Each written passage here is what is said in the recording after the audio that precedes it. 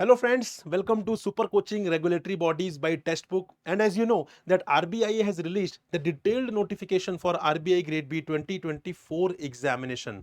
तो अगर आप इस एग्जाम को देना चाह रहे हैं तो उससे पहले it is very very important for you to know the eligibility criteria with respect to this examination. Preparation start करने से पहले एक बार एलिजिबिलिटी जरूर देख लीजिएगा, अदरवाइज टाइम और पैसे दोनों ही वेस्ट हो जाएंगे आपके। बहुत सारे एस्पिरेंट्स के माइंड में डाउट होता है कि मेरी एज कब से कैलकुलेट की जाएगी, मैं अभी फाइनल ईयर में हूं, क्या मैं एग्जाम दे सकता हूं। ये सारे क्वेश्चन जो हैं आपके इस सेशन में रिजॉल्व हो जाएंगे। तो आइए डिस्कस करते हैं the eligibility criteria for the RBI grade B 2024 examination.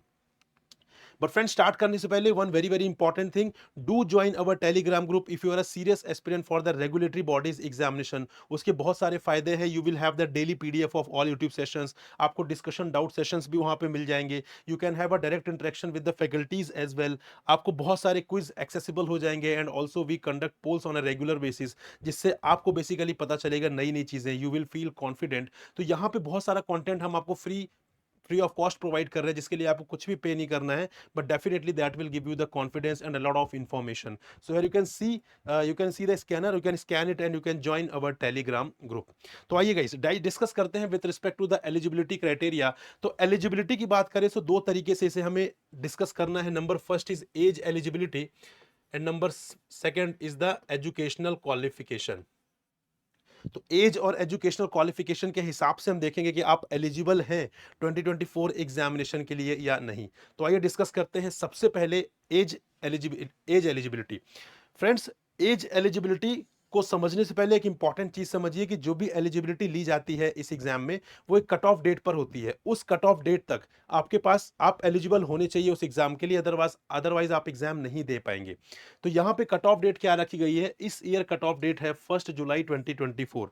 तो 1 जुलाई 2024 को आपको एज एलिजिबिलिटी भी मीट करना है और आपको एजुकेशनल क्वालिफिकेशन वाली एलिजिबिलिटी भी मीट करना है। अगर आपने ये दोनों मीट किए तभी आप एग्जाम दे पाएंगे, otherwise you are not eligible to give the examination. तो आइए डिस्कस करते हैं सबसे पहले एज एलिजिबिलिटी से। तो यहाँ पे जो एज एलिजिबिलिटी है that must be between 21 to 30 years. मतलब 1 जुलाई 2024 को आपकी जो एज है वो 21 से कम नहीं होनी चाहिए और वो 30 ईयर से ज्यादा नहीं होनी चाहिए। अगर कुछ ऐसे एस्पिरेंट्स हैं जो बोलते हैं सर प्लीज कंसीडर हमारी एज एक दिन जस्ट पहले ही 30 पूरी हो चुकी है, तो फ्रेंड्स आप एलिजिबल नहीं है। हम कंसीडर कर सकते हैं but reserve bank of India consider नहीं करेगा। तो 1 जुलाई 2024 को यहाँ पे आपकी एज 21 से कम नहीं होनी चाहिए और 30 से ज्यादा नहीं होनी चाहिए। ठीक है, नंबर फर्स्ट। नंबर सेकंड, यहाँ पे कुछ रिलैक्सेशंस प्रोवाइड की गई हैं डिफरेंट डिफरेंट कैटेगरीज को। Like for example SC ST candidates को यहाँ पे 5 इयर्स की रिलैक्सेशन है, मतलब they can give the examination जब तक वो 35 इयर्स के नहीं हो जाते हैं। नंबर सेकंड इज OBC को यहाँ पे 3 इयर्स का दिया गया है।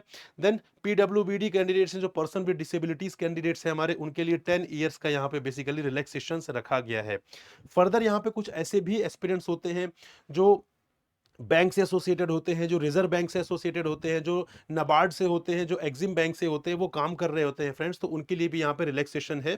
So here you can see, you can read for candidates having experience as an officer in scheduled commercial banks, public sector insurance companies and all India financial institutions. जो हमारे all India financial institutions हैं, like for example EXIM bank हो गया, नाबार्ड हो गया, national housing bank हो गया, सिडबी, नेफिट हो गया।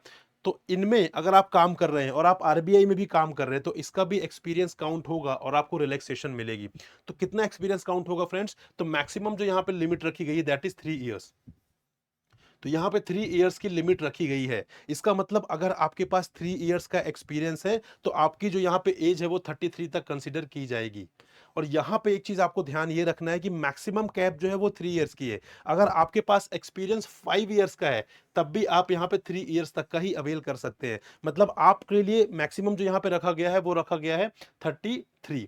लेकिन अगर आपको एक्सपीरियंस 2 इयर्स का है तो फिर आप यहाँ पे 32 इयर्स तक ही एग्जाम दे सकते हैं। I hope you are getting it. Maximum cap is 3 years. उसके ऊपर आपको चाहे जितना भी एक्सपीरियंस हो आप 3 इयर्स तक ही दे सकते हैं। अगर आपको एक्सपीरियंस कम है तो आपका वहां पे जो एज लिमिट है वो भी कम हो जाएगी यहाँ पर। ठीक है, तो अगर आपको 5 साल का एक्सपीरियंस है तो मैक्सिमम आप 3 इयर्स अवेल कर सकते हैं। अगर आपको 2 इयर्स का ही एक्सपीरियंस है तो आप 2 इयर्स ही मैक्सिमम अवेल कर सकते हैं। और ये जो टाइम हम डिस्कस कर रहे हैं इसमें प्रोबेशन पीरियड इंक्लूडेड नहीं है। ठीक है, प्रोबेशन इंक्लूडेड नहीं है, तो प्रोबेशन के बाद जो आपको एक्सपीरियंस है वही काउंट होगा। Here you can see that for experience probationary period will not be reckon. ठीक है, तो यहाँ पे प्रोबेशन का जो पीरियड होता है वो काउंट नहीं होगा, उसके बाद का जो एक्सपीरियंस है वो काउंट होगा। तो अगर आप इनमें से किसी भी ऑर्गेनाइजेशन से एसोसिएटेड है, काम कर रहे हैं, सो you can avail the relaxation, और आप इस एग्जाम को दे सकते हैं अगर आपने 30 क्रॉस कर लिया है तो, प्रोवाइडेड आप ये क्राइटेरिया मीट कर रहे हो। Got it? So cutoff date is 1st July 2024. Now moving on to very important thing, very important eligibility criteria, that is the educational qualification. तो friends, educational qualification की बात करें तो यहाँ पे जो लिखा हुआ है नोटिफिकेशन में, that is graduation in any discipline. ठीक है, ग्रेजुएशन इन एनी डिसिप्लिन, किसी भी डिसिप्लिन में अगर आप ग्रेजुएट हैं, सो you can give this examination. इसका क्या मतलब है, बहुत सारे ऐसे एस्पिरेंट्स होते हैं जो ये बोलते हैं सर मैंने कभी इकोनॉमिक्स नहीं पढ़ा है, मैंने कभी फाइनेंस नहीं पढ़ा है, क्या मैं ये एग्जाम दे सकता हूं?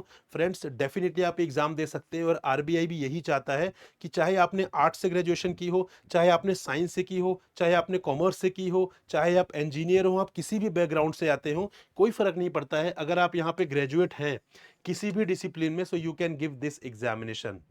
और इसका एक और इंटरप्रिटेशन है, इसका इंटरप्रिटेशन ये कि जो एग्जामिनेशन है वो स्पेशलिस्ट नहीं है, जनरलिस्ट एग्जाम है, जिसका मतलब है एग्जाम में जो क्वेश्चन आएंगे वो ऐसे नहीं आएंगे कि पीएचडी लेवल पर आएंगे, वो ऐसे आएंगे जनरलिस्ट लेवल पर आएंगे। अगर आपने नहीं पढ़ा है तो आप उनको पढ़ के आराम से प्रिपेयर कर सकते हैं, कोई बहुत ज्यादा डीप नॉलेज की जरूरत नहीं है जनरलिस्ट एग्जामिनेशन के लिए। हाँ, डेफिनेटली डीईपीआर डीएसआईएम वाली जो हमारी पोजीशन है वहां पर डेफिनेटली आपको स्पेशलिस्ट नॉलेज चाहिए, आपको पीएचडी लेवल का नॉलेज चाहिए रहेगा, मास्टर्स के लेवल का नॉलेज चाहिए रहेगा। लेकिन हम बात करें आरबीआई ग्रेड बी जनरल की, तो यहाँ पे आपको बहुत ज्यादा डीप नॉलेज की जरूरत नहीं है, क्योंकि एग्जामिनेशन की रिक्वायरमेंट है वो जनरलिस्ट है।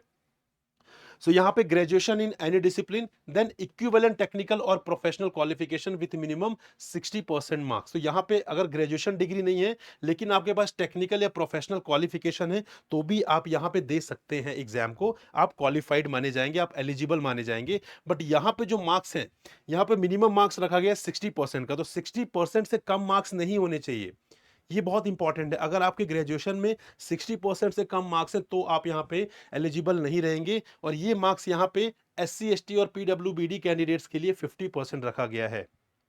ठीक है, मतलब जनरल और जो ईडब्ल्यूएस वाली कैटेगरी है उनको 60% मार्क्स उनके लिए मैंडेटरी है ग्रेजुएशन में, और जो अदर कैटेगरीज हैं एससी एसटी और पीडब्ल्यूबीडी उनके लिए यहाँ पे 50% मार्क्स रखा गया। तो अगर उनके 50% मार्क्स है तो they can give this examination. Moving ahead, अगर सपोज आपके ग्रेजुएशन में 60% का क्राइटेरिया नहीं मीट हो रहा था और आपके पास पोस्ट ग्रेजुएशन डिग्री भी है, तब भी आप ये एग्जाम दे सकते हैं, post graduation in any discipline. Again, post graduation भी आपके पास किसी भी डिसिप्लिन में हो सकता है आपने एमए किया हो सकता है आपने एमबीए किया हो सकता है आपने एमकॉम किया हो सकता है आपने एमएससी किया हो, आपने एमटेक किया हो, कुछ भी किया हो आपने, अगर पोस्ट ग्रेजुएशन डिग्री है आपके पास किसी भी डिसिप्लिन में, so you can give this examination, you are eligible to give this examination. या आपके पास अगर पीजी नहीं है, मास्टर्स डिग्री नहीं है, इक्विवेलेंट टेक्निकल और प्रोफेशनल क्वालिफिकेशन भी है विथ मिनिमम 55% मार्क्स, तो आप ये एग्जाम यहां पे दे सकते हैं।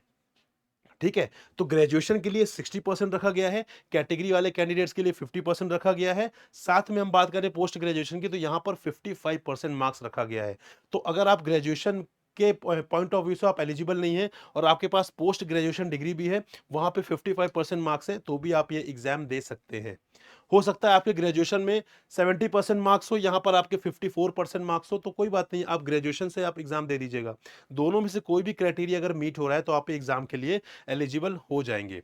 ठीक है, और यहां पे बेसिकली अब आपको एक क्वेश्चन और आएगा आपके माइंड में कि एग्रीगेट होना चाहिए या हर सेमेस्टर में लाना है। जी नहीं, एवरेज निकाला जाएगा सारे सेमेस्टर्स को क्लब करके, वो एवरेज जो है वो आपका 60% और 55% वाला जो क्राइटेरिया है वो मीट करना चाहिए। ठीक है, हो सकता है आपके एक सेमेस्टर में 45% मार्क्स ही आए या 50% मार्क्स ही आ रहे हो, लेकिन अगले सेमेस्टर में आपके 75% मार्क्स आ गए, तो ओवरऑल सारे सेमेस्टर्स का एवरेज निकाला जाएगा, उसके बाद जो आपका मार्क्स बनेंगे वो यहाँ पे कंसिडर किए जाएंगे।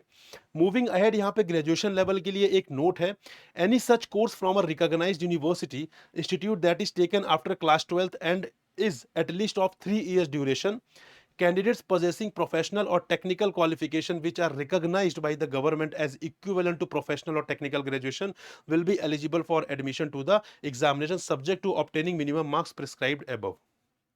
तो यहाँ पे ऐसा कोई कोर्स जो आपने 12th के बाद किया हो, जो 3 साल का होगा कम से कम, तो वहाँ पे उसे ग्रेजुएशन कंसीडर किया जाएगा। और साथ में ऐसी कोई प्रोफेशनल और टेक्निकल क्वालिफिकेशन जो यहाँ पे बेसिकली क्या किया, गवर्नमेंट ने यहाँ पर रिकॉग्नाइज किया है कि according to for this particular examination this is the professional technical qualification, तो वहाँ पे आप उसके तहत यहाँ पे ग्रेजुएशन में उसको कंसीडर करके एलिजिबल हो जाएंगे एग्जाम देने के लिए। Similarly if I talk about post graduation level, तो any such course from a recognised university institute that is taken after graduation and is of at least 2 years duration, recognized by the government as equivalent to professional or technical post graduation, will be eligible for admission to the examination subject to obtaining minimum marks prescribed above। Same अगर PG की लिए बात करें, हमने PG में ऊपर देखा था यहाँ पे कि आपके पास इक्विवेलेंट टेक्निकल और प्रोफेशनल क्वालिफिकेशन होना चाहिए। तो वो जो इक्विवेलेंट आपका टेक्निकल या प्रोफेशनल क्वालिफिकेशन है, वो भी गवर्नमेंट के द्वारा रिकॉग्नाइज होना चाहिए कि ये हम कंसिडर माने, इसको कंसिडर किया जा रहा है आरबीआई ग्रेड बी के एग्जाम के टेक्निकल और प्रोफेशनल क्वालिफिकेशन की एलिजिबिलिटी के लिए। अगर वो रिकॉग्नाइज्ड है तो साथ में फिर आपको ये वाला क्राइटेरिया मीट करना पड़ेगा, जो मार्क्स वाला क्राइटेरिया है उसको डेफिनेटली आपको यहाँ पे मीट करना पड़ेगा। अब यहाँ पे कुछ एस्पिरेंट्स के मन में डाउट ये भी आ रहा होगा कि सर मैं फाइनल ईयर में हूँ, क्या मैं ये एग्जाम दे सकता हूँ? तो क्लियरली ऐसा कुछ भी नहीं लिखा हुआ है यहाँ पे नोटिफिकेशन में, और नहीं लिखा हुआ इसका मतलब आप नहीं दे सकते हैं। सिंपल लिखा हुआ कि age on 1 July 2024, age on 1 July 2024 you must have a graduation degree और you must have a post graduation degree. अगर आप किसी से भी देना चाह रहे हैं तो 1 जुलाई 2024 के पास आपको 1 जुलाई 2024 को आप ग्रेजुएट होने चाहिए या पोस्ट ग्रेजुएट होने चाहिए। अगर आप फाइनल ईयर में तो डेफिनेटली आप एग्जाम नहीं दे सकते हैं, क्योंकि ऐसा कोई भी क्लॉज यहाँ पे नोटिफिकेशन में नहीं है। तो आई थिंक आपके सारे डाउट्स यहाँ पे रिजॉल्व हो गए हैं, राइट फ्रेंड्स? तो फ्रेंड्स, आपकी प्रिपरेशन को और स्ट्रांग बनाने के लिए हमने यहाँ पे RBI grade B 2024 crash course launch किया है, जो कि बहुत इंपॉर्टेंट है और जहाँ पर हम आपकी हेल्प करने वाले हैं। लाइव क्लासेस के साथ साथ और भी चीज़ें रहेंगी जो हम यहाँ पे डेफिनेटली आपकी हेल्प करेंगे, but the major important thing is the live classes here. Live classes में हम चीज़ें बहुत ही बेसिक से एडवांस लेवल तक लेके जाएंगे, कंसिडरिंग कि आप किसी भी बैकग्राउंड से आ रहे हैं। ठीक है, जैसा कि यहाँ पे आपने देखा होगा एलिजिबिलिटी में भी ग्रेजुएशन इन एनी डिसिप्लिन, तो हम भी हम भी यही कंसिडर कर रहे हैं बीइंग एन एजुकेटर कि आप किसी भी बैकग्राउंड से आ रहे हो, कोई फर्क नहीं पड़ता है। हम चीज़ें को इस लेवल पे कवर करेंगे कि फर्क नहीं पड़ता कि आपने पहले इकोनॉमिक्स पढ़ा है, आपने पहले फाइनेंस पढ़ा है, या आपने पहले मैनेजमेंट पढ़ा है या नहीं पढ़ा है। हम उसी अप्रोच के साथ जाएंगे कि आपने वो चीज़ें नहीं पढ़ी हैं, बिल्कुल बेसिक से स्टार्ट करेंगे, आपकी फाउंडेशन बिल्डिंग पे काम करेंगे, उसके बाद आपको उस लेवल पर ले जाएंगे जिस लेवल पर आरबीआई में एग्जाम में क्वेश्चन आते हैं। So along with the live classes you will have an number of things. So पूरा इकोसिस्टम हम प्रोवाइड कर रहे हैं for the RBI grade B 2024 examination. और अभी हमारी करेंटली एक सेल भी हम आपके लिए लेकर आए, दैट इज सिलेक्शन का चिराग।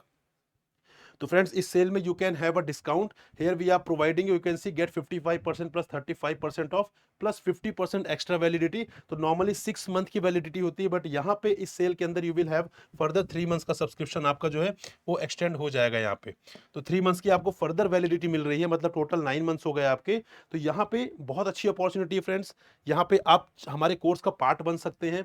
और यहाँ पे एक और इंपॉर्टेंट चीज है, सिलेक्शन पाओ फुल रिफंड ले जाओ। अगर आप सेलेक्ट हो जाते हैं तो जो भी आपने अमाउंट पे किया है इस कोर्स के लिए, वो पूरे के पूरे आपके रिफंड हो जाएंगे। तो ये बहुत सारी इंपॉर्टेंट चीजें हैं जो आपको ध्यान में रखनी है। और फ्रेंड्स, कोर्स का जो प्राइस रखा गया है बहुत ही अफोर्डेबल, बहुत ही मिनिमम रखा गया है, ताकि यहाँ पे अफोर्डेबिलिटी इश्यूज ना आए, कोई भी एस्पिरेंट्स इसलिए ना रह जाए कि वो अफोर्ड नहीं कर सकता था।